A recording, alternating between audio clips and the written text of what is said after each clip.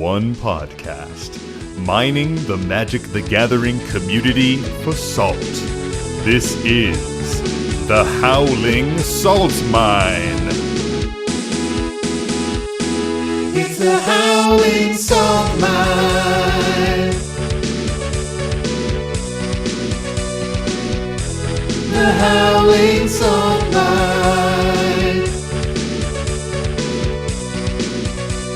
Well, welcome back, everybody, to another episode of the Howling Salt Mine podcast, the podcast where we delve into those salty mines of the Magic the Gathering community. We find the saltiest stories, the saltiest posts that we love, those stories where you're getting salty, you're making your friends salty, put them in our mine cart and bring them right back up to you, our dear prospectors at home. As always, I'm your host, Sam, and I'm joined by my two co-hosts, Mike and Tony. Say hey, guys. What up, what up, what up? Hello. What up, indeed. I'm stoked today, guys. I'm especially stoked. And it's not just the Red Bull that I drank a couple hours ago. It might be. It might be the Red Bull. It's contributing, I'm sure. Yeah, the roiling combination of the Red Bull and Japanese curry that's in my stomach right now is probably contributing to how stoked I am. But most of all, I'm stoked because we have a guest on the show. Hey. Another one? Yeah, we just invite a fifth person on. Just another person named Tyler to make it so confusing. Oh no, we're talking to the other one actually, not you right now. You probably know him from the amazing cEDH gameplay channel and the also amazing podcast by Play to Win, and it's Tyler from Play to Win. Hey, dude, thanks for coming on. Hello. Hi, everyone. Absolutely. Thank you for having me. Yeah, thanks for joining us in the salt mine today. Hell yeah. I'm glad I could amplify the gastrointestinal distress and the blood coursing through your veins full of Red Bull. Let's really ratchet it up to 11. Yeah. One goes to 11.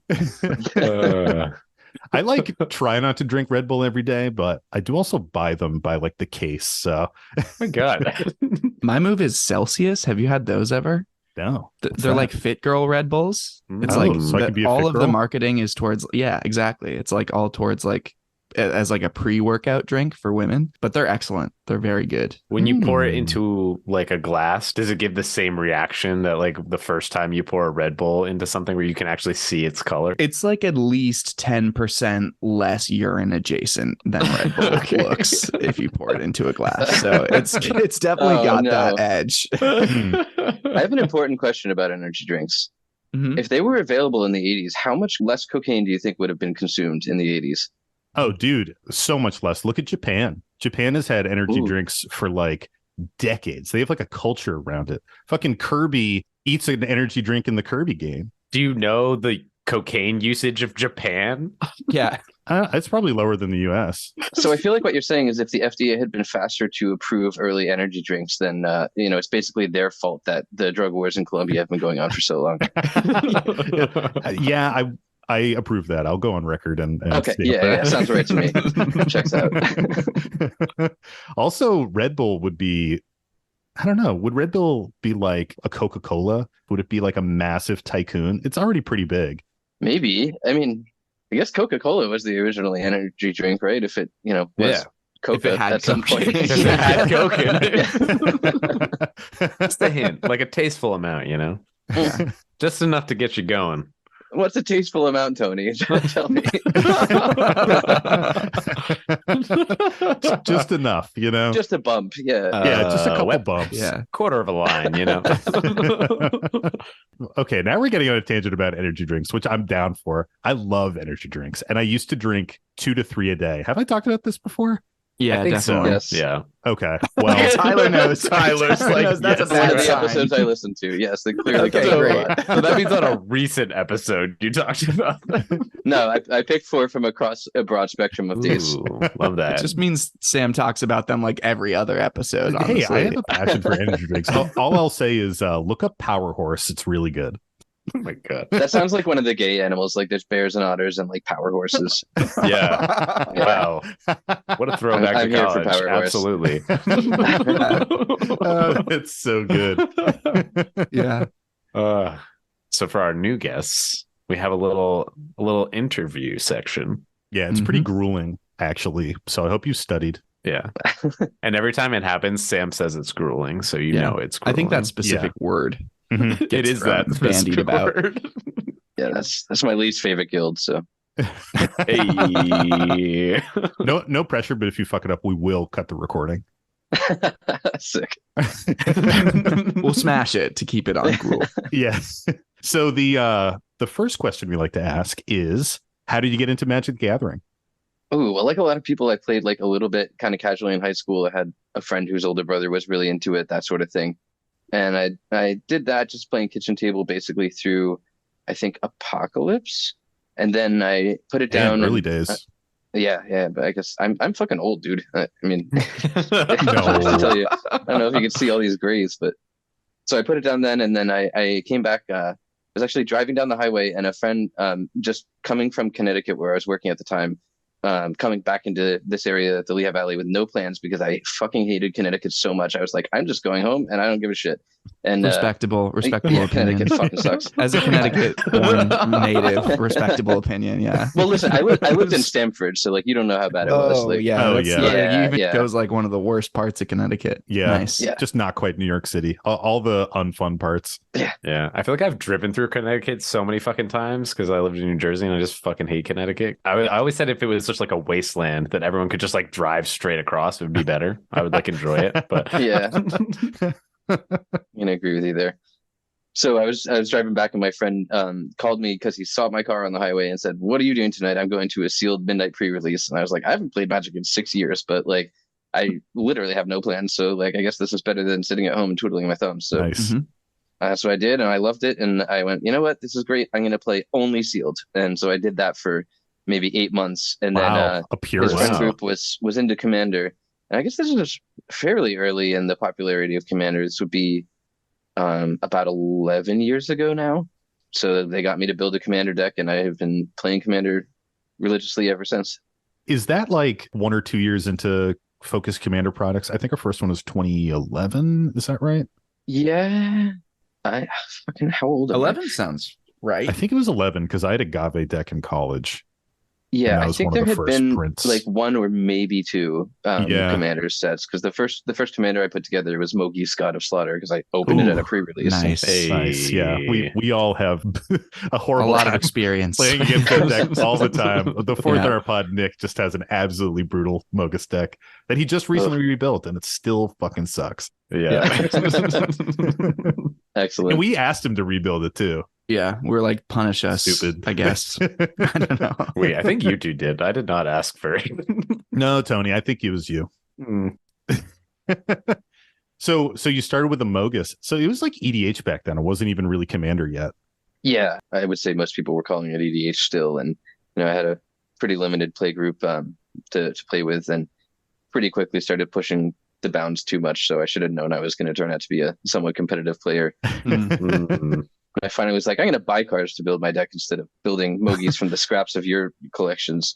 So I went to a card shop and put together Varel, and it was like doubling season. Like, these are all great, wonderful things to be doing, and no one's going to be upset if I play Prophet of Prufix and take turns on everyone's turn, right? Like, Yeah. I actually think people are going to fucking love it. So I'm definitely going to do this. It's going to become a staple of the format, maybe. Yeah. How about that? And then when did you find cEDH? Because most people know you for your cEDH gameplay, of course. Yeah, ironically, I was really kind of hesitant to get into cEDH, and Dylan and Cameron and one other of our play group kind of had to drag me into it, kicking and screaming to some extent, because they really wanted to do this play to win podcast. And I mean, we were a play group first that then became a channel, you know what I mean? So I had always been like, a pretty optimized decks, like playing cards that I think most people would say you shouldn't play in casual, Mana Crypt and that kind of thing. But I just didn't think anything of it. I was just pushing too hard on casual, and it ended up being really great for me to feel like I had an outlet, which allowed me to make my casual deck sillier. And I think playing both makes me a lot happier than just playing too competitively in casual. Yeah. But I did not realize that at the time. I was like, nope, this sounds terrible. And like many people, I had the idea that like the sweatiest, most annoying game store people were the only ones who played cEDH. And then I started playing it's like actually exactly the opposite. Like Yeah. You still find some nice sweaters out there, but like I think on the majority, nice sweaters. some nice sweaters. Yeah. I feel like a lot of people that we've found have that same experience too. It's like once you start getting into cEDH, you realize like, oh, I'll just put my degenerate stuff here and then I'll go do the goofy stuff over in the casual decks where I want to be doing it. Yeah. I mean, that matches up with our experience pretty closely. I don't think we dragged anyone kicking and screaming into cEDH. Nick a little bit. Maybe Nick, maybe Tony I think a we little were bit. all hesitant. Curious but hesitant. Yeah. I've said it in the past, but it literally was because Nick had a fucking gilded drake in his cart. And I was like, fuck. Oh, about to like, buy I it. can't compete. Yeah. And like he was about to like buy a real one. And I was like, God damn it. And I think that was the moment in which I was like, all right, let's just do this. Like everybody gets 10 proxies. So we started light. And then once we broke the dam there, then it was just like, okay, just fucking proxy hold decks and let's just like do what we want and fucking brush. So I still feel bad that we stopped Nick from buying that gilded drake. Like, yeah, we should have waited 1 week and then It's been like like, 3 okay, years now ago. let's proxy. See, that's one of the advantages of having pushed casual too far too early. I mean, a lot of the staples are things that I had bought for my casual decks. I had, I paid $45 for my Gilded Drake back in the day, and like, $5 for my Mana Vault, all that crap. Insane. I can only dream of that. Yeah. I'm just a whale now who spends too much money on everything. Yeah, and not even on the good stuff. We're buying just borderless commons shit. for $10. Are you a real whale? Make whale noises. Let's hear them. Come on, do it. Come on, Tony. You really let me down. Oh yeah, that's the good stuff. I'm convinced. Nice. Oh man, Definitely a whale. I've heard some power horses that sound like that. Oh my god, it's already in the episode title. You fit in so well, Tyler. You fit in so well already. So you got into cEDH, and then did you get into cEDH with the intention of creating play to win, or was it like chicken and the egg kind of thing? I played a couple games beforehand because Dylan was just really intent on trying it out. But it shifted to like recording content pretty quickly from my perspective. I think Dylan had been following cEDH content for a while, maybe a year and a half or a year, something like that, I'd have to guess, and playing some for maybe 6 months before we started like recording any. But once we started recording, I was like, kind of, you know what? Actually, I really am finding myself looking forward to this, despite it being at the height of the Flash Hulk meta, which was not really the most fun time, to be honest. Yeah. And then I really doubled down when I was pretty early off the mark building Kinnan and have just never stopped loving that deck. So I feel like that's half my attachment at this point, if I'm honest. Is the one deck. We definitely have pet decks as well. Yeah. That is something that keeps you going. You're just like, ooh, a new toy for my favorite deck. This is the best. Yeah, exactly. So our other question that we like to ask people is, what makes you salty? Ooh, I think it takes a lot now. I actually can't think of the last time I got salty in. Oh, that's not true. I was going to say in cEDH. I got a little salty in an event where I had a win and in for top 16, and the player who won that pod, like as they were walking away, said, yeah, good game, guys. I can't make top 16, but so he just dream crushed everyone else at the table. I was like, well, I mean, I guess they still had to play. I don't think this table was going to agree to draw, but still it felt a little bad. But yeah. In general, I think I almost never get salty in cEDH. I think it takes a combination of like a lot of time vested in a game and then some amount of politicking, or I think like decisions that feel very arbitrary or like not good board evaluation. And if I just disagree with that enough and then end up getting screwed over by it, I'll get a little quiet and stony faced, I guess. I think that's how I show being salty. I'm not really a tantrum kind of guy. Yeah. Yeah, that's sulky salt where you just get quiet and you're like, yeah. Yeah, I feel that. I know all the brands of salt, but I also know that one quite well. Yeah. I think you're playing wrong too. That's like one of my biggest sources of salt. So it's like someone making just like a dumb decision that always gets me too. It's like, because you're expecting everyone to be like good and playing optimally. Mike, and stop if someone looking at me. Tony is in your pod and you have to deal with it every damn week. Yeah, it's that one is painful. Or Nick attacks you with a 15-15 for no fucking reason when Mike is clearly in the lead and needs to be attacked. This like literally happened 2 days ago. Yeah. Casual game. Yeah, That's casual okay. game. It was a But casual that game. happened like 2.5 hours in. So like, Yeah, it was a long those stakes really do start climbing when you're like hours and hours into a game. Well, that was the interesting thing of what you just said there, like of the time invested. Like it's kind of the longer a game goes, the more you're like, motherfucker, really? Like, Yeah. nobody likes long games, but like I didn't even really think of that too much until just now. Yeah, that's part of what I found I liked about CEDH so much was shuffle up and play is so much faster. Oh, Yeah. well, you just got to play in our meta. We've got a bunch of fucking specs and bullshit. So like, it's not quick at all. You'd love it, I'm sure. It's great. Fucking Marath bullshit in here. If you experience that kind of salt, though, it must be said that there is no greater potential explosion of like joyous Schadenfreude than when like you were right about their assessment being incorrect and they just get completely dicked by the player that you were like, you should have been attacking them. Yes, that is the best feeling. Yeah. It's like the most perfect I told you so moments. Like, especially if there's like a specific piece, like you get something, you're removed and you're like, are you really not about to hit like the one ring over there with your like effect exile? And then it's like, yeah, no, I'm gonna hit your soul ring. Did you just say Path to Exile, Michael? No, with your artifact exile. Okay. I heard Path to Exile. You don't. Well, they Karn reanimated it and then Path to Exile it. I don't know. Give me a break. That is the best moment.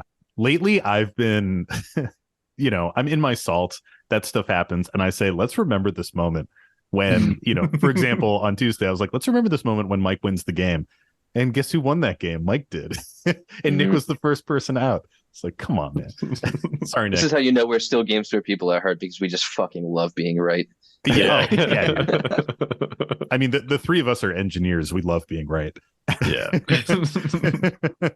Yeah, I'm in data analytics, so I love being wrong. Or rather, I love being like, I don't know. Like, I can't really bear this out. Like, we can make good guesses.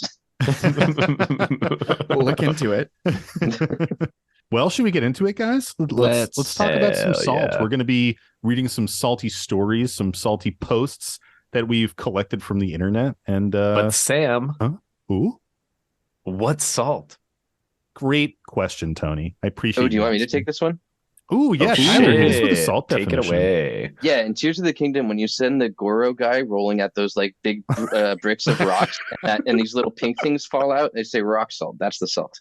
Yeah. The real salt is when you go to pick those up and then the little tiny Rito boy like flaps his wings and blows them all off a cliff and you're like, motherfucker, I was gonna pick that up. Items, you piece of shit. Like, just get away from me, dude.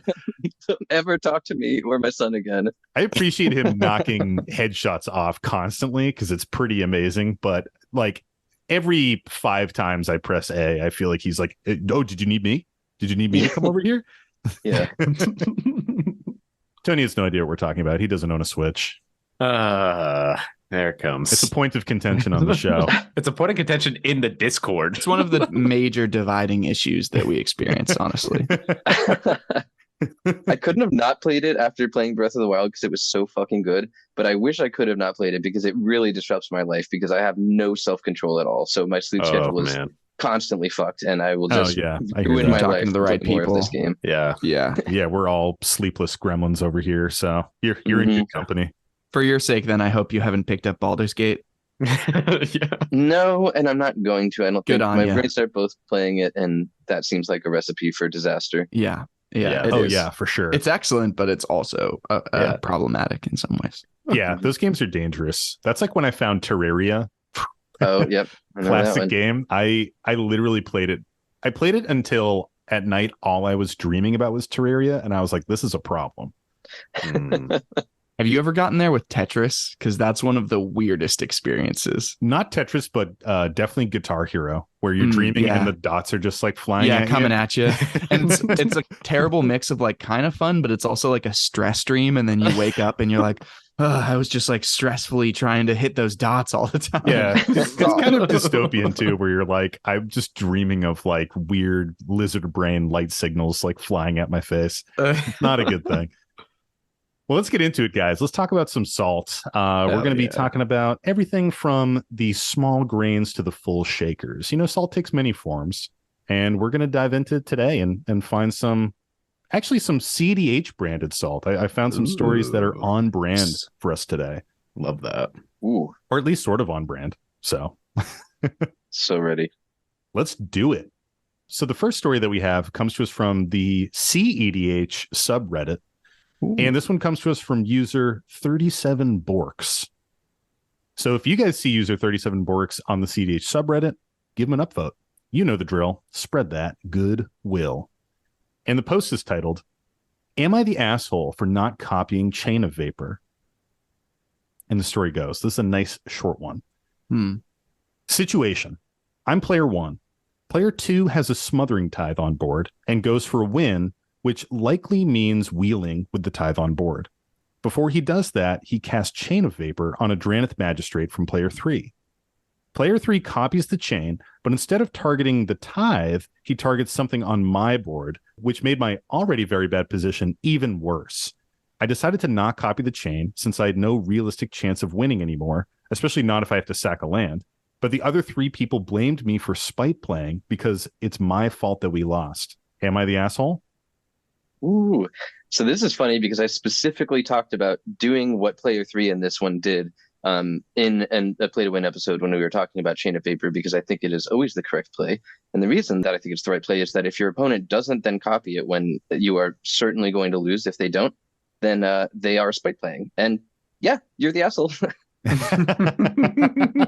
Like the word realistic, no realistic chance of winning, was doing so much work in that post because this person was telling us, I don't think I have a chance of winning even if I bounce the smothering tithe now. So since I can't win, I'm just gonna allow this play to go on and give up any chance of winning. So it may be a small margin, a small amount of win equity that you still have there, but this player, I think, was, justifying it on the basis of I can't win, therefore I shouldn't stop this winning play. And it can be tempting to slip into that mentality. I think it's relatable and understandable, but I also think that person is the asshole.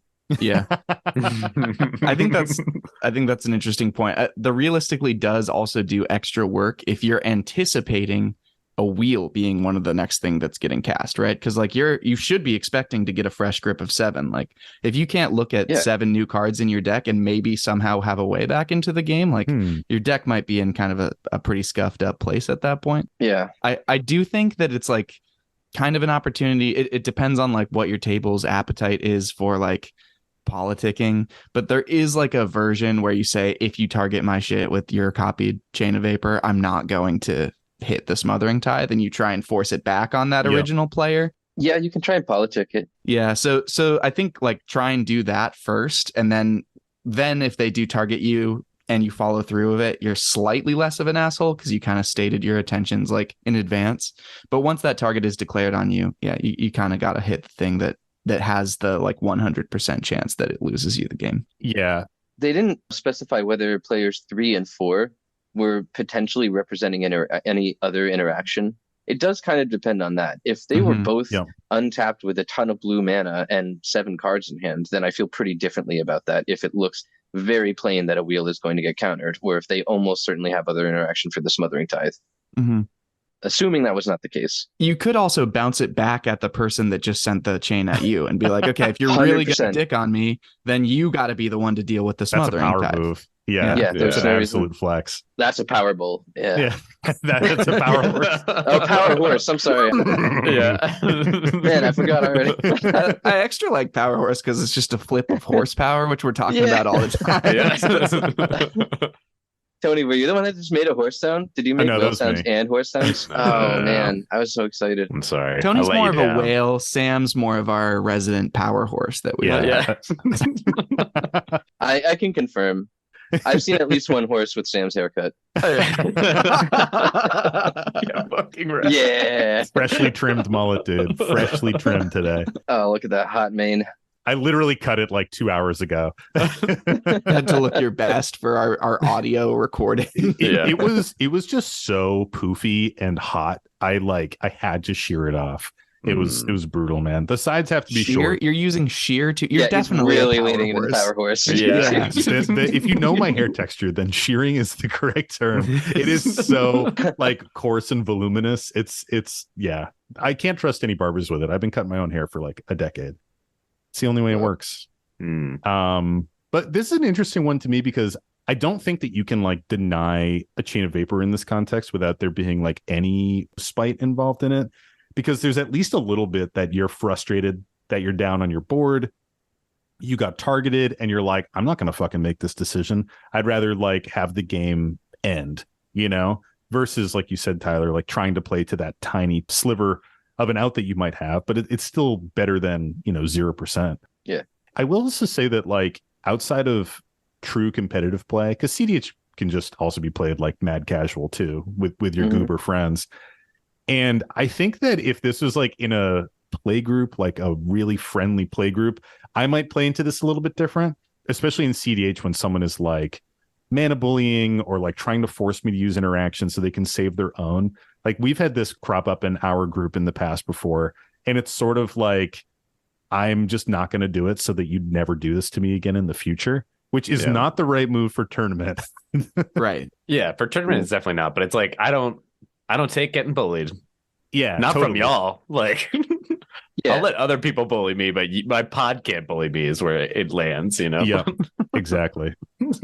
So I would be the asshole. I would never fucking do it. I'd be like, yeah, Tony, we know. Guess we all fucking lost, right, guys? Tony, you're not doing it just because you don't want to be putting a blue effect on the stack, though. So it's slightly different reasoning. That's also true. So yeah, it seems like we do lack a lot of context there. I think you're very right about that. I will say also, I'm not sure that was the right play by player 3 in a competitive setting, because if your opponent is really that far behind, if you guys end up surviving this wheel play or whatever, if they're that far from winning, as this player was expressing they think they were, then it might be right to like let your opponents have some of whatever they've got to try and be another threat at the table that's going to draw interaction, that's going to be able to potentially take down problem player. But yeah, that's a lot more theory crafting or strategy crafting anyway. For sure. If that tithe gets bounced, who even knows if the wheel comes down and then you're still that player with the bad board state and no cards in hand or shitty cards in hand or something like that. It's tough because I think with situations like this, you can overanalyze them to the point where you're like, oh, well, it's king making if you do something. You know what I mean? Like, so I see a lot of people on the cEDH subreddit, particularly like going really deep on like what makes king making.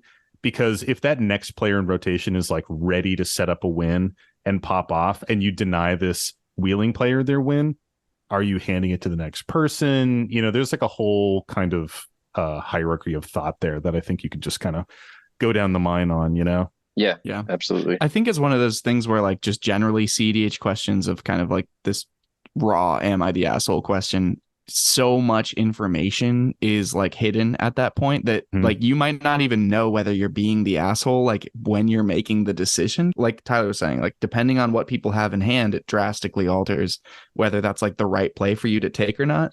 So as long as people are taking actions that seem like reasonable kind of within the bounds of what the other hidden information might represent, then like it's hard to really explicitly be like, yeah, you're definitely an asshole for that play, because it's like maybe you don't do it because you think that has a better chance of making it back around your turn. So yeah, like I assume they're setting up some kind of breach wheel win.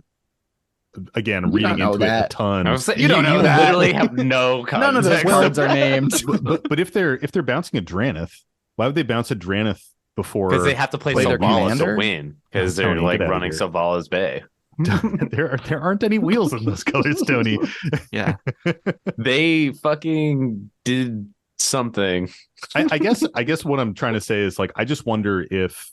Again, we don't know the board state, but I'm just wondering if this is like too preemptive to think that this player was going to go for a win. And assuming a wheel was coming, like, did they know that there's something in their hand? I don't know. It's hard to really say without all of the information, but I do think that you probably could have bounced it back and just like seen what happened. Because at the very least, like you're going to lose the game anyways. You might as well take some kind of action to keep the game going and then see if instead of losing on that turn, you lose on like the next turn, or you at least get to untap one more time and can do something, or You know, like you at least got to like play to your outs, even if you feel like there's no outs. My vote is still hit the person that chained you, because fuck them. Yeah. Yeah. Sometimes the out though is like, okay, it's over. Now we can start a new game because I'm just like in a fucked position. Pulling one card off the top, I hear what you're saying. The correct move is that, but I get it. Yeah. I feel like I wouldn't want to sit there for the next like fucking 5 turns while I dicked around drawing one card. Everybody else is doing stuff. Like, oh, congrats. I made the right move. I feel really good about my choice. Tony, do you want to tell us something? Are you 37 Borks? I'm the fucking asshole. Oh shit, he signed it. It's signed Tony. Yeah, Oh my God. it's me. What do we think about the salt rating here on this one? This is Schrodinger's salt. Ooh. It's like it may be salt, it may not be. We need to reveal every other player's hand to actually know the answer here, and the board state, because we don't have visibility on that.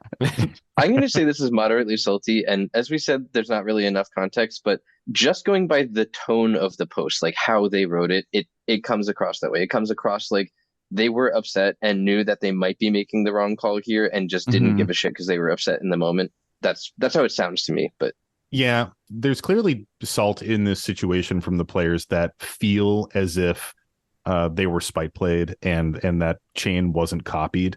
I'm sure the player who like pointed the chain at that person is feeling a little bit salty because they probably wish that they pointed it elsewhere.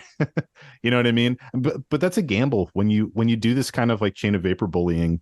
It is a gamble on how that player is going to play, and not everybody has the same mindset. Not everybody is playing optimally, even if you're playing cEDH. And like you said, Tony, some people are just done with the game and want to like bounce out and don't really want to stick around to see if they could win because they've kind of written off their chances. yeah, and if you're on the cEDH subreddit, that's when you tell them they're not a real cEDH player and they should probably quit the game or whatever nasty shit people say on that. They should quit life. They should just give up. Like, what are you doing? This is when you link them towards the normal EDH Reddit and say, actually, your list is not cEDH because you're running like one off meta card. Yeah. You say next time play Rogsai and just win a turn before that person is trying to attempt to win. Like, duh. Well, should we hear another one from you? Yeah, I mean, technically you are listening, so. I never listen.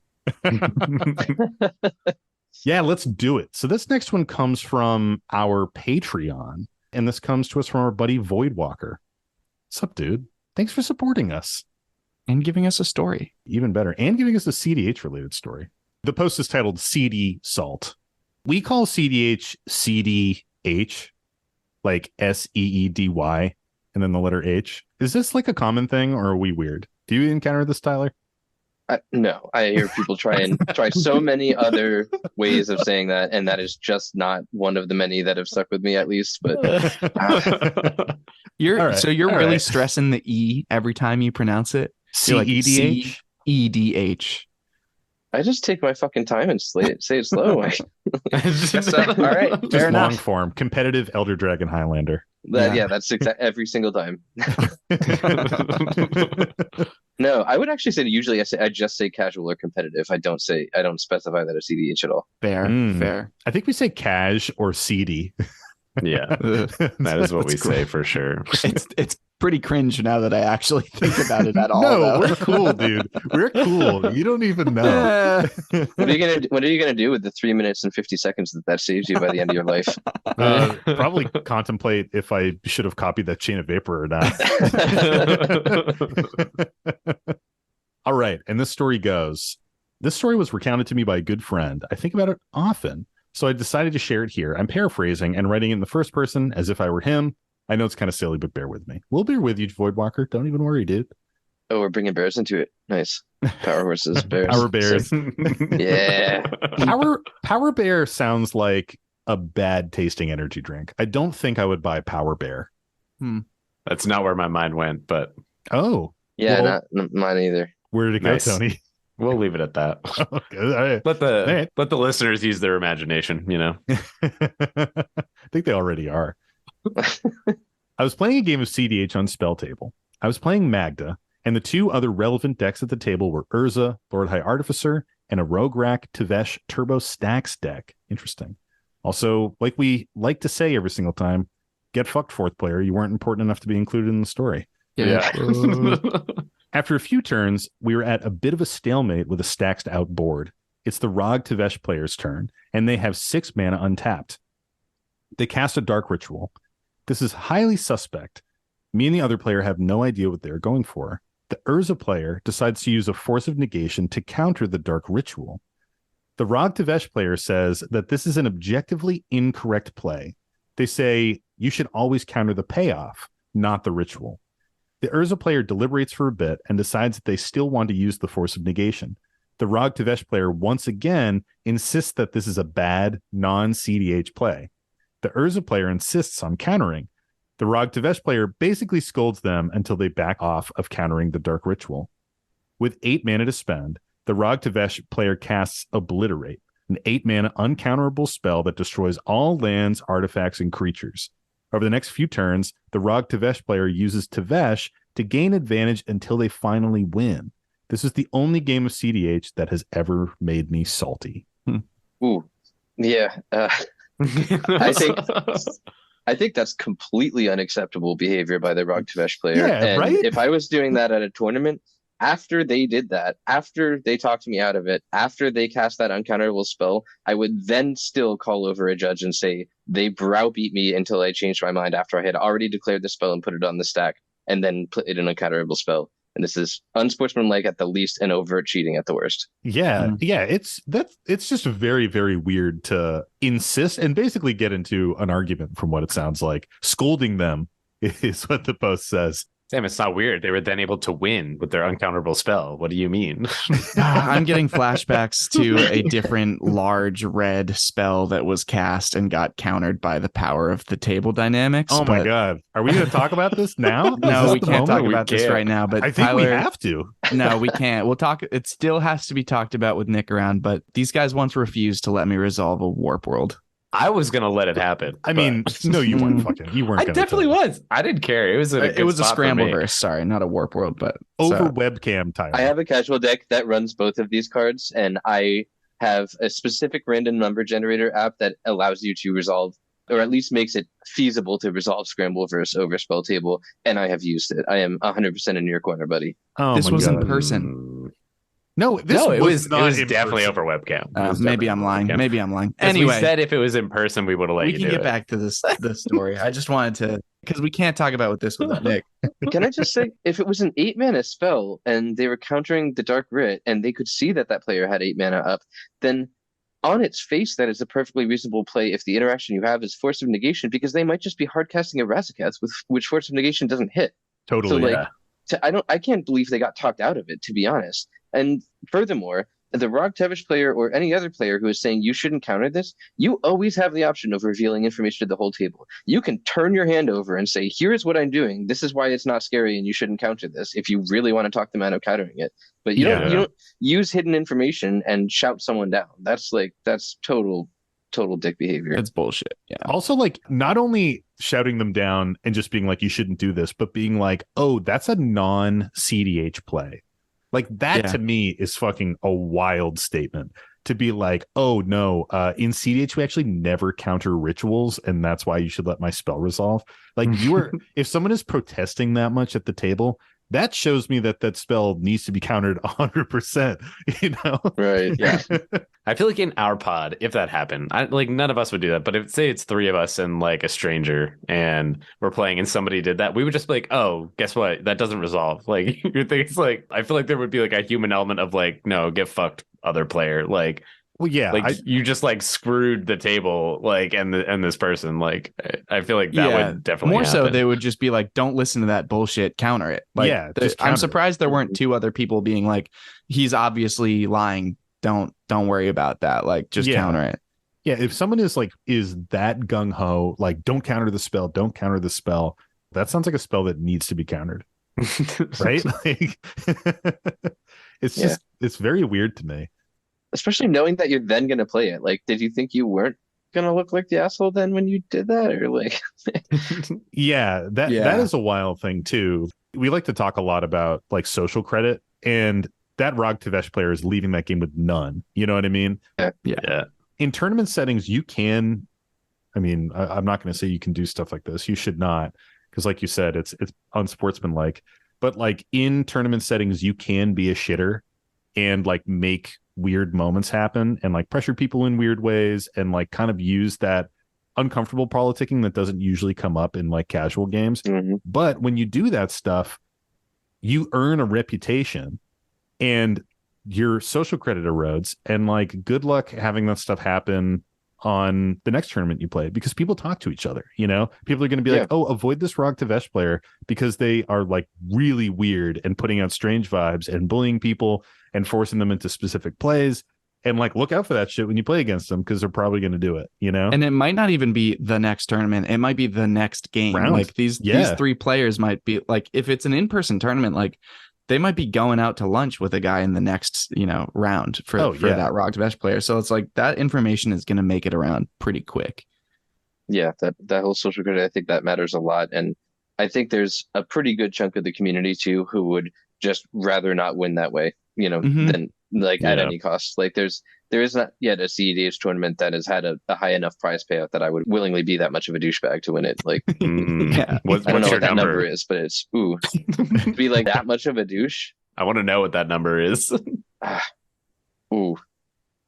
Probably like top prize would have to be like at least 500,000 for me to seriously feel like I would actively compromise my morals and be a douchebag to the community to win that amount of money. I think that's the floor. Yeah, that was a reasonable number. I think we'd all do it for 500K. Like, we'd all think about it at least. $20 is $20. Mike, no. It would still hurt. Like, I'm kidding. And now that would suck. Is it worth thinking about it for the rest of your life? Yeah. Yeah, I mean, it has to be enough money where you can like kind of disappear. Yeah, you can no longer do this anymore. Like, I won't play Magic anymore. My real fear in this situation is that like the person that's thinking about this for the rest of their life is like, yeah, I fucking got him. Like this guy that decided to be this much of a douchebag, there's clearly something there where he like is happy about it. It seems like it. And glad to be pulling this over with like scummy politics instead of like winning by, winning in a more natural way. Well, and thank God for people like that, because they generate inverse social credit by creating a situation where whoever punches that dude in the fucking face is going to be like popular at cEDH tables for the rest of that day. Yeah, and they make content for our show, which I appreciate. Yeah. You're the dude that took that guy out? Yeah, what do you need countered, man? I got you. Literally. I will king make right now. Yeah, we don't get you into top 16, man. We're doing it wrong. You know what? I don't copy the chain of vapor. You got this, man. You take it away. Wheel away. But yeah, there is something about players like this that like all of us are kind of like balking at this concept of like pressuring a player this much, but the players that do that kind of shit, it like doesn't faze them. That's like part of the game. It's all fair. It's like a form of politics, they might say. I think it's very similar to players that in like casual settings sit down with crazy overpowered decks and pub stomp, and there's just that like that element of like dishonesty to your playing to get an advantage that to me is just such a foreign concept. I'd rather lose every Magic game for the rest of my life than ever cheat in a Magic game. Yeah. But some people are just like that. They want to push whatever advantage they can get, and to them that is an advantage to be taken advantage of, I guess. Can I draw a parallel here? Please. I play a lot of speed chess, and in speed chess it is very common if your opponent is low on time to make a bunch of really fast moves and pre-move to just try and run out the clock on them. And that's a pretty valid strategy. And it's like, it's just accepted that this is part of the game when you're playing with a very short clock, like 3 minutes per side, which is what I play. What occasionally 1 in 200 players will do, which I find crosses the line and is unacceptable, is they will use the mechanics of the app itself to like try and spam you with requests to draw or adjourn or, like these other like non-game elements to try and eat your clock instead of making moves to eat your clock. To me, that crosses the line in the exact same way. It's like, you're no longer in the game. You're just saying, I will do anything. Like there is no bar I will not jump across to try and use leverage to win this game. And I just find it so distasteful. It kind of, makes me furious and makes me feel sorry for that person at the same time. Like I will, I will wear a hidden vibrating butt plug that can communicate the information of what turns I'm supposed to take in order to win this game. I forgot that like penetrated public consciousness. Yeah. Well, I was gonna ask, are you Lee Chess or chess.com, Tyler? I am chess.com. Okay, fair Why enough. do you play? A bit. I'm garbage at it, but I do enjoy the game. Get at me, bro. I flip between 1400 and 1500 on yeah, you're on definitely way better than me. I'm like a 1200 player on a good day and a 900 player on every other day. So I'm garbage. Well, what do we think about the salt rating here on this one? So fucking high, dude. This is dude. like so many aspects of it. The gatekeepiness of just saying that it's not a cEDH play, just fucking berating somebody. Like, I can just imagine being like one of the other players at the table and feeling so awkward. You know what I mean? And just like when you're at your friend's house and their mom starts yelling at them and you're just like, oh my God, like what is even happening right now? Is this real? Like, this would be maximum salt for me. That's always one of the things that cranks up like a salt rating in my mind, is like when there's two other players at the table that I feel like should get involved. Like, the notable difference between, you know, you being at your friend's house and their mom starts yelling is this is not like, there isn't that power dynamic here. Like, these other players are fully empowered to be like, no, don't listen to him, like counter that shit, you know? And so for the other people at the table to not at least like think to have their best interest in mind and like communicate about that stuff too, that just like ramps it up for me, because you're leaving this one player kind of like out on their own to make what's a solid decision that other people should be backing up, and then just like leaving them to get pressured out of it. It's weird. Yeah, that's a really good point. And what of mysterious player number 4? What did they think? What deck were they even playing? I don't know. Get fucked. Just so that I can live with this, I want to believe that both other players comforted this Urza player after the fact, told them that they were doing the right thing and that other person is a total dickhead. And I also want to think that none of those people were new cEDH players, because when in the beginning we were talking about like, you know, I discovered that cEDH is not like all the sweaty, horrible people like that are the worst of Magic players that I've experienced. This is like the one time where that's not the case. So like, dear God, I hope they did not do this to a new player who doesn't know the format. Right. Yeah, right. Like, that is a huge bummer, especially because, again, that like gatekeepiness of it. This is not a cEDH play. I don't think that ever holds true. Like, sometimes people talk about like, do you counter the tutor or do you counter the thing that they tutored? And even that, I think it's interesting to think about, but I don't think it has like a specific one way or another rule of thumb kind of like cEDH players always do X. I don't think there's really anything like that. Yeah, only a Sith deals in absolutes on those. Like, you gotta have leeway for there's potential for either of those answers. I am the Senate. Well, should we move on? Hit a third one here. One more. Do it. Do it. Prequel memes, dude. I have like such a deep love in my heart for Star Wars prequel memes. There's something about it. It is just so because they're funny. Glorious. That's what it is. That's what's about it. Amazing, man. I don't know why those movies are so memeable, and like the original 3 aren't to the same level. Maybe it's just because they came out when we were like growing up, but man, there's just something about it. It's just so fucking good. So our next post comes to us from Reddit again. And I think this is from the EDH subreddit, but it is about cEDH, kind of. This one comes to us from user Is It Really? It's a nice little pun. If you guys see Is It Really around the subreddits, give them an upvote. You know the drill. Spread that good will. 2 in an episode, Sam? I know. I don't know that that's ever happened before. And dude, it used to be all 3 back in the day. It used to be only Reddit. No, I just mean doing the line. I just mean saying the line. Well, at least I didn't fuck it up like a couple episodes ago. Yeah, I think you should practice that a little more. You know the deal. Spread some cheese on a wheel. Like how are you eating cheese, Tony? What are you even saying? Spread some I would cheese enjoy on your a wheel. podcast more if your one-liners were so formulaic and predictable that I can just say them in unison with you. There is an element of that. Like, honestly, we're getting there, baby. Sometimes when I hit the intro of the show, my brain like just turns off and I just go into autopilot. And sometimes I'm so deep in autopilot that I fuck it up. I just like stop in the middle and I'm like, what am I even saying? Dude, I hear you. This happens. Yeah, this happens to me with our intros sometimes too. Like, I'll just realize I said I'm Tyler, and then I was supposed to say something else, and I'm just staring blankly at the camera, like, hi. They're like, you okay? Like, oh shit, where am I? Yeah, exactly. Like Mitch McConnell, just fucking reboot. Like, and like a hard reset. All right, and this post is titled, "Am I the only one playing cEDH here?" And the story goes, it's a long one, so let's all buckle in. So I don't know if I'm supposed to feel bad or not for what happened in the story, but I definitely made some people salty. There is a budget commander tournament posted on a local Facebook group. 16 players, free entry, and sealed product worth about $300 in prize support. And about a third of that to the winner. That's a crazy entry to winnings ratio. Free entry for $300? Yeah, that's not bad. Everyone's got positive expected value going into that. The announcement said it was a mix of competitive and casual. Weird. And posted a rules document. The rules document said a $120 budget limit and about 10 house bands.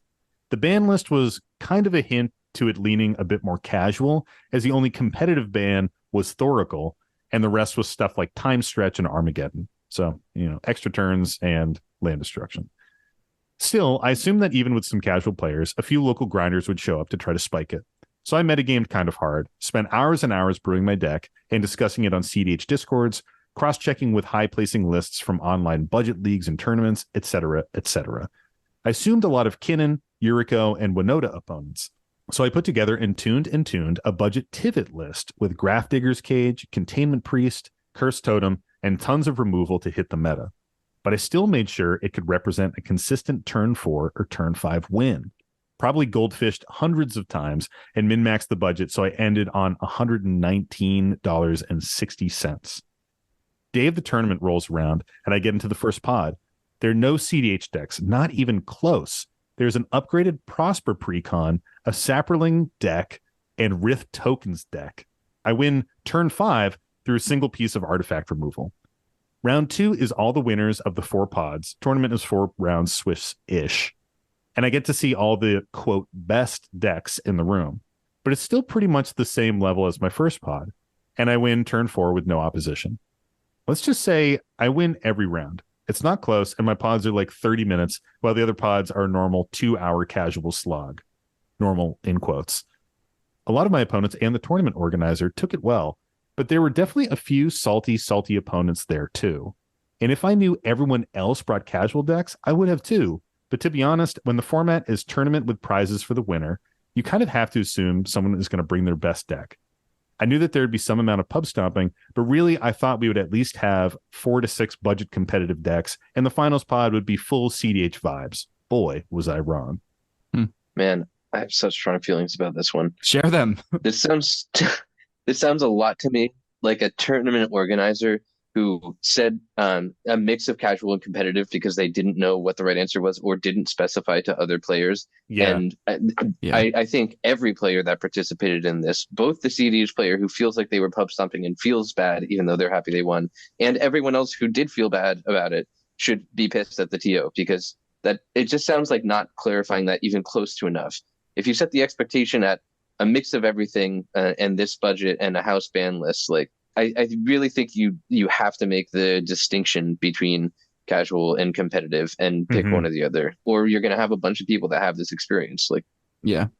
I generally agree. I'm going to give the tournament organizer a little more credit, because if they are a casual player and they don't really understand like how competitive you can be even on a budget, they may just think that like, oh, if I've set the budget to $120, like no one will be able to bring like really high powerful cEDH stuff, because there's so much constant kind of pushing that like, oh, all the cEDH decks are like thousands of dollars, so like it could just be a true like misunderstanding of what a competitive deck might be and like what people could bring. But even then, to even introduce the idea that it could be a competitive mix of decks, that part is like you're misleading the crowds that you're trying to attract to your tournament. Yeah, I feel like the problem here is casual EDH is never meant to truly be in a tournament setting. Like it like can't be.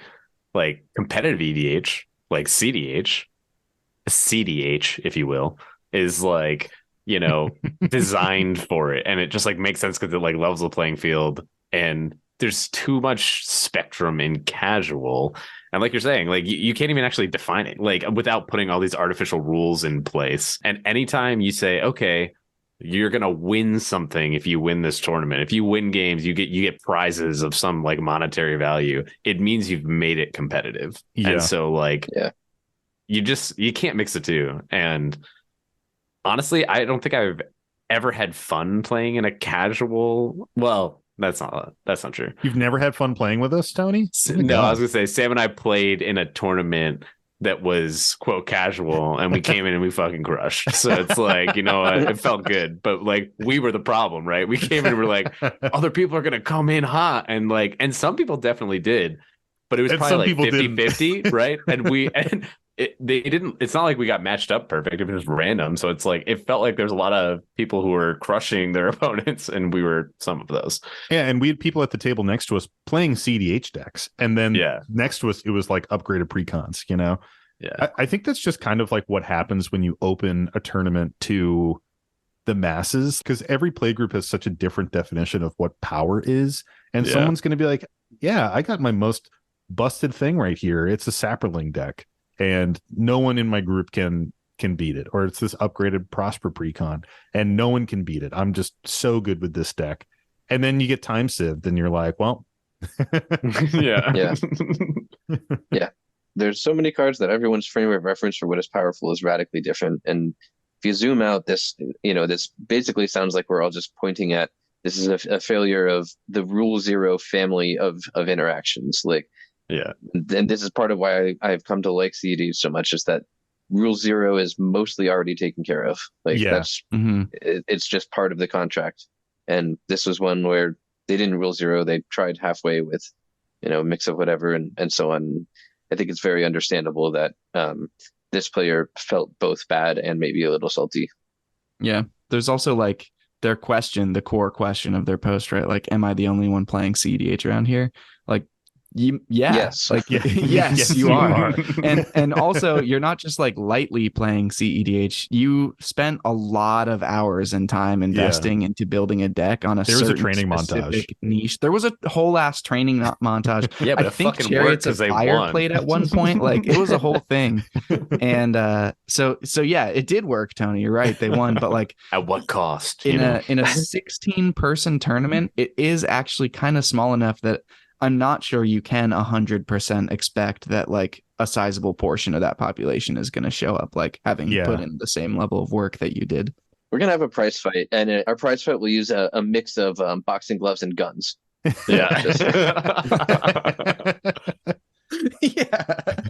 Yeah. It does kind of sound to me like maybe one of the first few Commander tournaments this group put together, because I do feel like as Commander tournaments, even budget local tournaments, as they pick up and become more popular, you do see kind of these like more tournament grinder minded, competitively minded people gravitating towards those events and starting to build decks for them.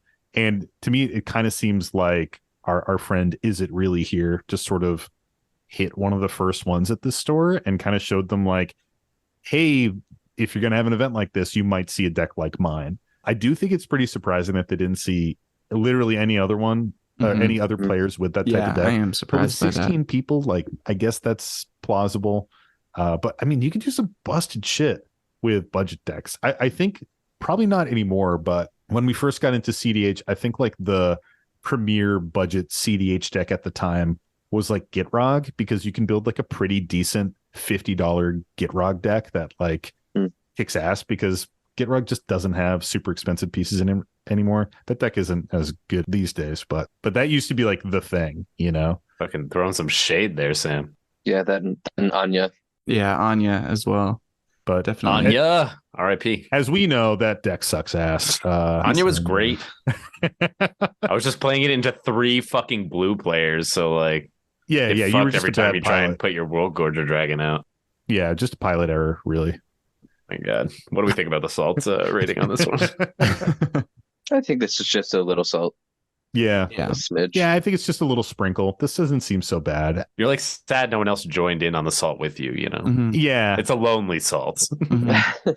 I think it's an appropriately seasoned tournament. You know, like they're going to keep making these tournaments, hopefully, and improve them for having had a little bit of salt added to them in this one. Yeah. I hope so. I mean, I think you do need a TO that really cares and wants to like craft that environment. Right. And I don't think that you can craft that environment with like a bigger house ban list. I was going to say what we don't need to happen is for Time Sieve to get added to the 10 cards that are banned from this tournament. That would be sad. Yeah. But that like is a thing that happens. You It see is. those stores online where like there are Reddit posts all the time where people are like, look at this rules section in like the store, and it's like 55 cards on the house ban list. That shit is wild to me.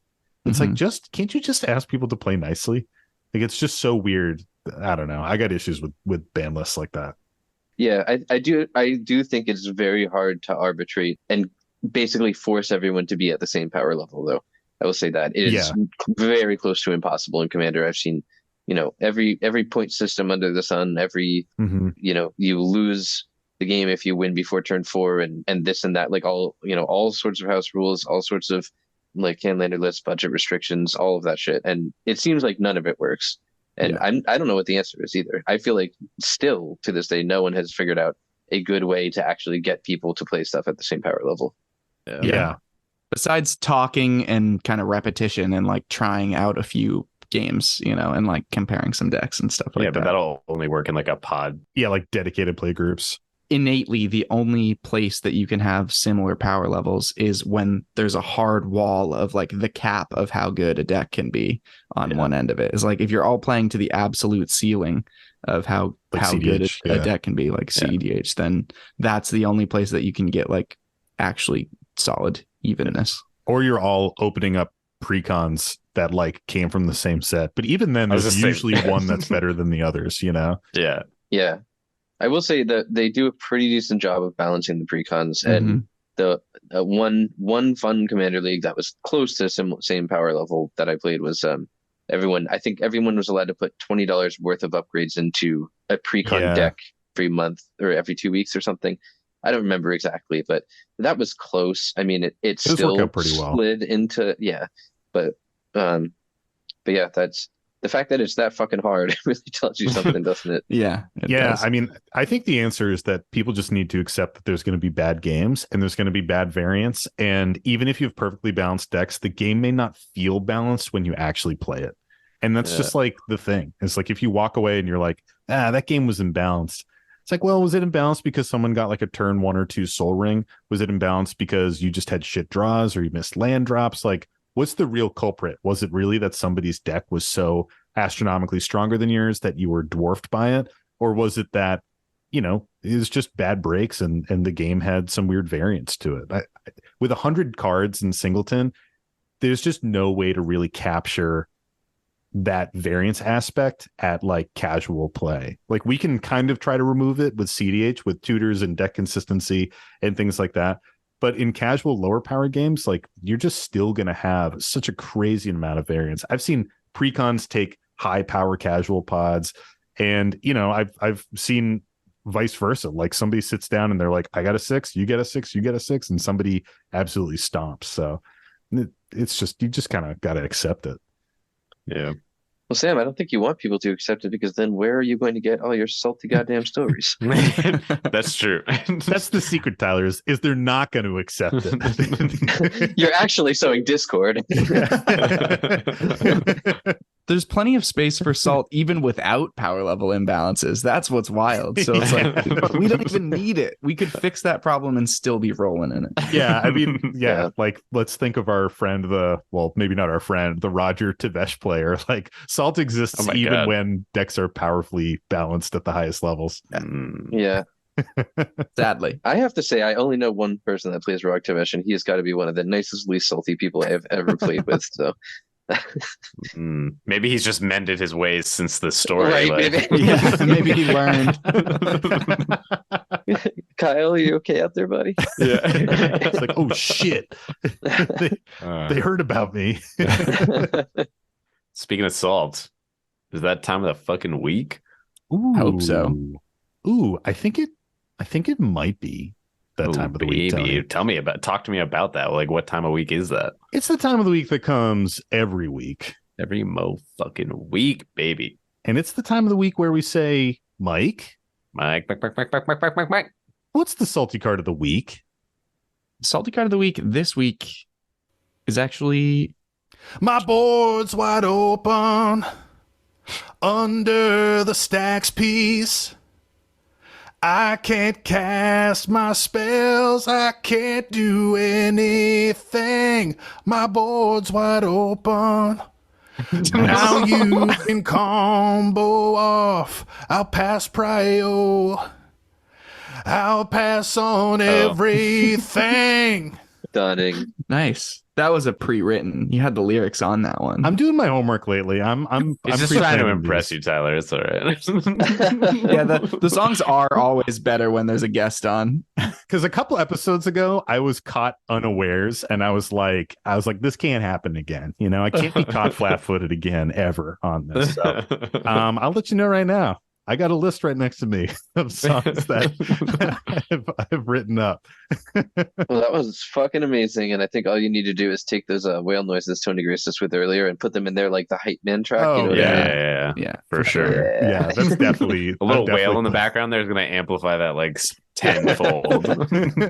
you just for spoke the that into contrast. existence, Tyler. Like that is going to happen now. Sick.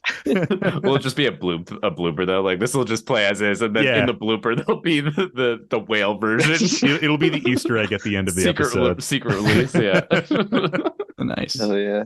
Well, thank you for the song, Sam. The salty card of the week Wow, this week. thanks, Mike. I don't think you've ever thanked me. I appreciate that. I really I appreciate think I it. have once. You've only earned it twice, so Savage. Savage. What was the first time? I don't remember. I'd have to go listen to our entire backlog. Yeah. All right. Well, get back to me once you do. Will do. The salty card of the week this week is Jeweled Lotus. Ooh, For okay. people unfamiliar, it is a 0 mana artifact. It has tap, sacrifice Jeweled Lotus, add 3 mana of any one color, spend this mana only to cast your commander. Interesting. So for any listener that may not be familiar, our salty cards of the week are drawn from EDH Rec's top 100 salty cards. For now, until we run out, we're getting kind of low. So how does this one make you feel, Tyler? Ooh, I think the only thing that makes me salty about Jeweled Lotus is that I run a commander that doesn't really benefit from it, and that makes me very sad indeed. But on the whole, I think it does add a lot of variance, but I think it made it possible to play commanders that were just a higher CMC than you could before, and reasonably brought a few commanders into the realm of cEDH playability that I don't think were there before. And I appreciate that about it a lot. I think it's diversified the commanders in the format a bunch. I think it can have its salty moments. It can result in exceptionally busted hands, but on the whole, I really don't have a problem with this card. I don't think it was like a huge mistake or anything like that. I'm really fucking glad they printed it, to be honest. I think that's a really good point. Like, I think a lot of people are upset with this card because, you know, they describe how it reduces variance like in the 99. Like it feels like a card that you usually want to include in your 99, definitely with some exceptions. But I think the point that it brings some commanders into viability is a really cool way of kind of flipping that, of like, even though the 99 maybe becomes a little more consistent, the actual commanders potentially becomes more varied. That's really cool. Yeah. Tony, how do you feel about this one? You know, when this first came out, I remember there was like a fucking mini uproar. Oh yeah. We were like, fucking Jewel Lotus. Like Jesus, people rioting in the fucking street over like 3 mana. And I'm like, it still like feels limited to me because you can only spend it on your commander, right? And it's like, I'm not saying it isn't a powerful effect, but like this is almost one of the ones where because it's $100, or at least it was last time I looked, which was a while ago. It's like $75 still. I almost liked that it was a lot of money because it meant that not everybody was jamming it in their deck. It turned into like staple in cEDH, like in most decks, right? But like for casual, I don't see it. I don't think I've ever seen somebody cast it. Like Nick maybe fucking one time. Because it is kind of a commodity almost, I felt like it impacted it less. And the people who really need it, who are running a 6 CMC commander, 6 CMC plus, like they're probably playing it. But you don't see like the 1, 2, 3s, even 4s, like feeling like they need it. The moral of the story here is it like doesn't bother me. And I feel like it didn't impact things as much as the rioting in the street was sort of alluding to. Yeah. And I think the cost here actually helps that. But Hey, Tony. Since you're glad that poor people can't run it, how do you feel about the coming class war? Well, I don't know if you know this, Tyler, but Tony has a serialized Soul Ring from the Middle Earth set, so he's basically like basically chilling loaded. with Bezos. I told right you now. I'm the fucking whale. Yeah. I cracked it though. I didn't buy it. Let it be known. Yeah, he cracked it.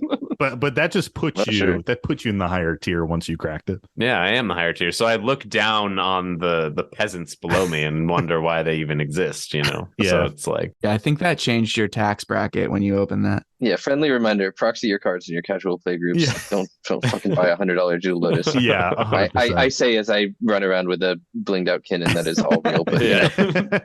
I feel like I don't know why, but I haven't like I really don't have issues with proxies. I will proxy all my cEDH stuff, but I just I like having the cards. This is how I know they've got me, because like I just fucking want the cards in my casual decks. Yeah. Even if it's like a me high too. powered one. Like I'm the same way. I tell everyone else to proxy, and then Yeah. I never do it. Yeah. Never ever. yeah, I am the problem. So Mhm. and they released a fucking borderless Jewel Lotus, which is a real problem for me. Yeah. I'm like a addict with borderless cards. But anyway, That borderless life. Sam, how does this one make you feel?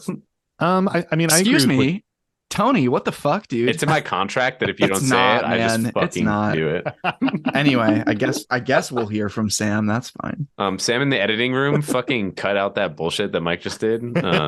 Sam, how does that make you feel? Thanks, Tony. And Mike, you missed your line. Thanks, Tony. Yeah. Yeah, I agree with what you guys are saying. Like, I see why this is on the list. Like what you said, Tony, there was that kind of like uproar when it first came out where people are like, this is reducing your deck list. Now every single commander is going to run this, not realizing that it's not really viable with many commanders out there. I think people also really discounted how much it kind of isn't fun in certain casual decks. Like, I think it's a great card in cEDH. If your commander capitalizes off it, you must be running it. In casual, I don't really see it played that much, and I think that's kind of purposeful. I don't think a lot of people play it because I do think it can like just turbo out your commander turn 1 or turn 2 and kind of make these non-games, not to the same extent that like a turn 1 Soul Ring does. Like I think turn 1 Soul Ring is way less in that regard, and a Jeweled Lotus will just like spike an occasional game every once in a while. But at the same time, like you said, Tony, sometimes it's dead in your hand because your commander's already out. And you're like, well, okay, my commander gets removed and then I'll make use of this. So it's a weird card. It doesn't give me any salt. I don't play it in casual. And I don't see myself playing it in casual in the future. And I think this goes to kind of calls back to what you said at the start of the episode, Tyler, which is like having cEDH as your space to do busted shit. I think Jeweled Lotus is a perfect card to go into that space. You know what I mean? Like the weird variance that it's going to give you in your casual decks might seem exciting when you're goldfishing the deck, but generally speaking, if you like blast out your commander super early with a Jeweled Lotus, the table is going to take notice and you're going to find yourself in a 3v1 like pretty fast. So Yeah. I think it kind of behooves the pilot and the table to not really run this in your casual decks unless you are running like a like an 8 CMC commander, like my Vision of Cryptic Dreams or something like that. I love hearing you say you could, but you don't. Like, and this is the place where you keep kind of casual and cEDH separate in a lot of instances. It really tells me you're bearing fruit as a Magic player and you've reached sexual maturity, just like my sweet lime tree over here. You've turned the corner into choosing not to do the busted shit. Exactly. So proud of you, bud. Thank you. I appreciate that. That's really all I'm trying to say. Unlike Tony over there. Oh my God. Mike, what do you think about this card? I agree with pretty much everything you guys have said from like a gameplay perspective, there is one element of this card that leaves me massively salty, which is I opened like 2.5 boxes of Commander Legends just because I like really liked the set, and I never opened a Jeweled Lotus, so I don't have this card. Ooh, get fucked. Yeah, exactly. It was in that exactly. half. It was in the half of the third box that you didn't open. No, it was because Was it? I split that half with someone and we drafted it and I saw it get open. Oh, So it actually no. was in the other half of Oh. that Ooh. box. That sucks. That's why you Hey, don't Mike, split. Can I really piss you off? Sure. I opened 3 packs and opened 1 Jeweled Lotus, and I also opened 2 Mana Crypts in my 2 boxes of Mystery Booster. Oh, Wow. nice. So Who's that Harold? Looks like the pain guy. Because that's just Harold from the make me. memes. I'm The just. Pain I Harold. am that meme right now. That hurts so much. That kills me. My best pull ever was 2 Mana Crypts from 1 Mystery Booster box. Yeah. whoa, Yeah, that's fucking sick. it was legendary. I traded one to Tony. You did. What were we talking about? Salty card. Oh, where is it on the list? Yeah, that is the next question. So, Sam, do you mind starting us off with a guess of where you think this is in the top 100 cards? I have to go first. You don't 46. want to make Tony? Yes. Yes. What'd you say, Tony? 46? I did, yeah. Okay. I'm going to guess. Okay. I know people really didn't like this. I'm going to guess 61. I'm going to guess this Interesting. is 61 in the top 100.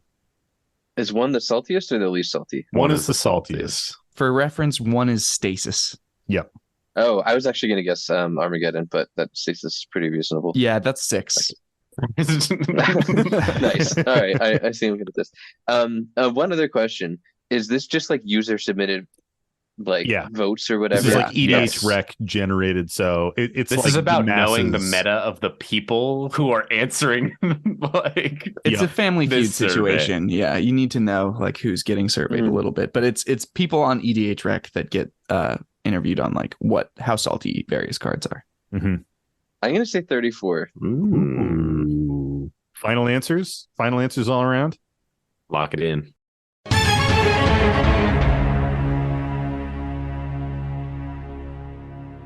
Unfortunately, Sam got it again. Fuck It is off. 63. He was God actually damn it. really close. At least It's he's actually 63. What was close it? this time. 63. 63. Oh wait, I was way off. Yeah. Yeah. It's tough. Normally I go first and then Sam just says like a couple above or below me in the direction he thinks it was, but this time he's actually close, which is upsetting. But Whoa, yeah, whoa, Tony. We give you the option every single week to say the number second, and you never take it. people save me. I'm forced to say it first every time. Tony, you're coming at this from the wrong angle. You don't want to be able to assess this correctly. Like if I am assessing Magic cards the same way the majority of players on EDH rec are, something is deeply wrong with me. I've entered a disturbed phase of my life. Yeah, you're fucking right. That makes total sense, actually. Yeah. That's a good lead into the frequent part 2 of the salty card of the week, which is what % of decks on EDH Rec do you think are running this card? Oh, All decks on EDH rec? All decks on EDH including Rec. ones that were created before it was printed? yeah, Yeah, I It guess would it would be, be. yeah, Yeah, for it sure. would be. Sorry, I really don't know that much about how EDH rec works because I use Moxfield #sponsored. we also don't know how EDH Rec works, but it's still a part of our show. It's still like a core piece of our content. Awesome. I do love that Tyler just said hashtag sponsored, Yeah. but I think you guys actually are. I've said it, but we're not. Yeah. Yeah, I know that's the bit. That's why I had to get in on it. And I think this is a Dylan and Cam question because they deal with the sponsors and stuff. I do not know the answer to this. Moxfield has sponsored us a lot, and I'm not sure that they currently are, but I love them to death, and I would just talk about Moxfield. Yeah, Same. because It's yeah. the best. I We're the same on genuinely that. think it's great. So pro tip for you guys, because you need it, by saying hashtag sponsored, you become sponsored. It like works like Oh, that. sweet. So Yeah. you can bring that back to Dylan and Cam. Let them know that that's how to get it done. So It's this little trick called manifesting. Have you ever read The Secret? The book called The Secret? Oh boy, have you ever heard the If Books Could Kill podcast takedown of The Secret? Because that is fucking excellent. Sounds really good. And you should. Yeah. It's just two actually smart people making fun of The Secret and Ooh. fucking dunking on it for an hour and a half. It's great. Nice. I feel like this has to be an infinitesimal amount of decks, right? Because like the casual community, generally speaking, in mass is like so against Jeweled Lotus. EDH Rec does pull in info from cEDH decks. Like, you can look at certain commanders and see that they're wicked skewed from cEDH lists being built for them. But even then, like, Jeweled Lotus doesn't go in every cEDH deck. Give us a number, not your logic. I don't know. Less. Okay. I think it would be 1% or 0%. No fucking way. I'm gonna say 19%. I think it's in like I think it's in the like 3% range. Really? Yeah. Tony finally wins something. It is at 7% of EDH Rec. Let's fucking go. That's so tiny. We'll We'll edit this out. Don't worry. This won't even make it to the show. That's crazy. I'm surprised that it's that much.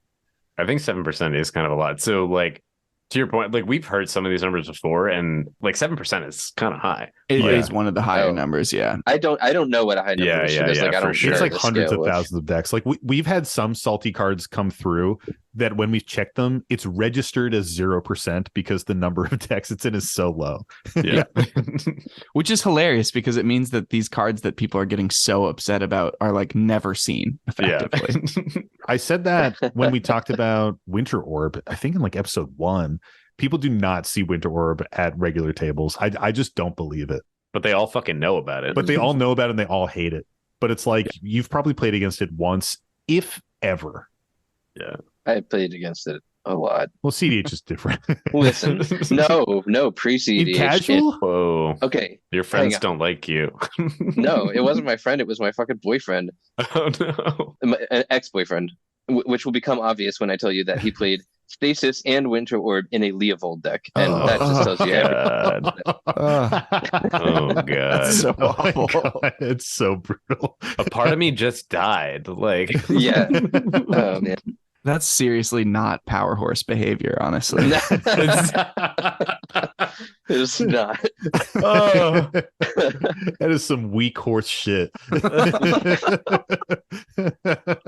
oh my God. Oh, All right. man. Well, that wraps it up for the salty card of the week. Well, thanks, Mike. That was a lovely salty card. And thank you, Tyler, for joining us today in the Howling Salt Mine. You're so welcome. Thank you for having me. So if people want more Tyler, where can we find you on this vast internet that we live in? Well, you can find our Play to Win stuff on YouTube. If you just search Play to Win, it should be the first thing that comes up. We do shorts, gameplay videos, some podcast stuff, all that sort of thing.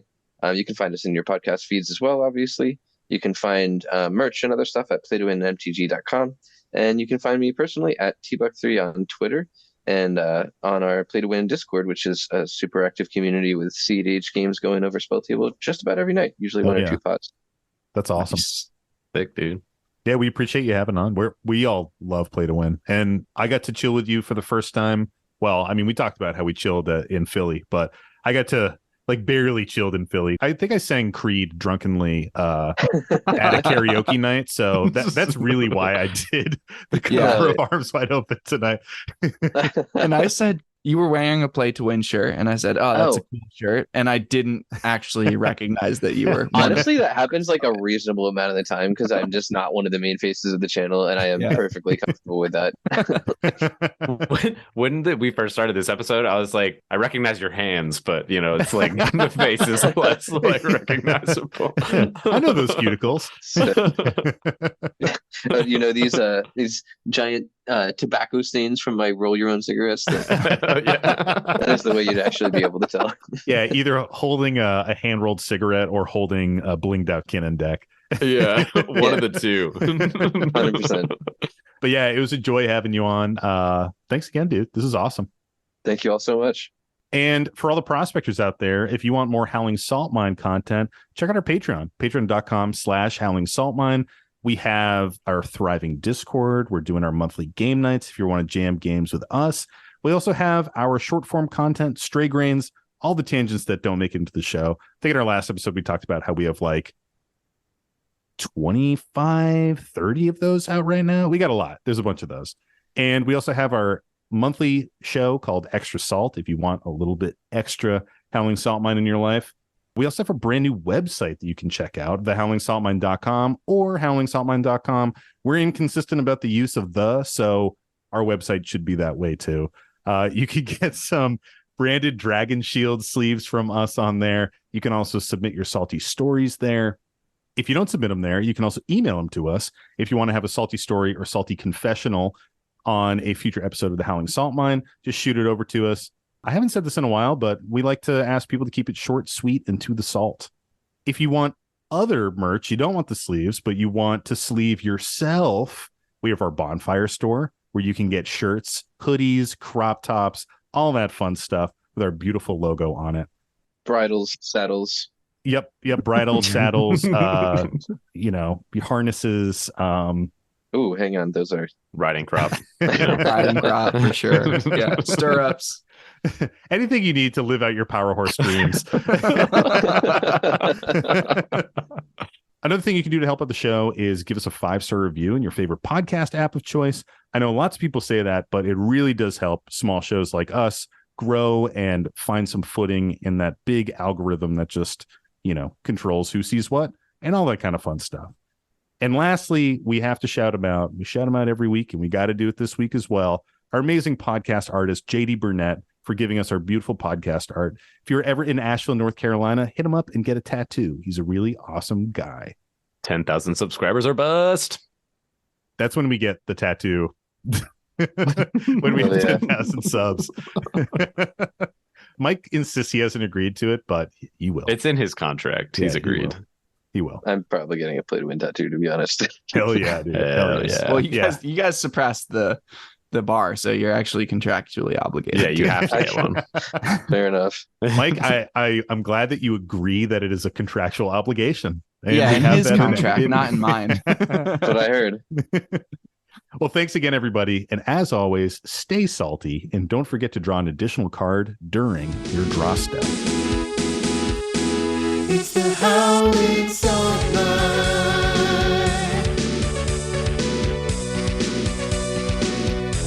The Howling Salt Mine. All that greenery, all them plants. There's like 3. There's not that many. It One of looks them's like dying. a lot from the one. It's like, expansive. Yeah, that's my lime tree. It's doing pretty well. Does it bear fruit? Wait, does it make Yeah. limes? Damn. Because, Sam's got the actual technical language on that. Does it bear fruit? Just go to seed. Whoa. What's that? Go to seed, dude. Oh, see, if Nothing. you really wanted to take it somewhere, you could have been like, "Is it sexually mature?" Because that nice. is what it Yeah. is. Really. Okay. All right. He'll work. He'll fit in. Yeah, you're fitting in Yay. already, Tyler. Oh, excellent. Tony, can we get one more whale noise for the road? No. I'm gonna get a little spice, a little flair in there. Hell yeah. Oh fuck. My board's wide open under the stacks piece. I can't cast my spells. I can't do anything.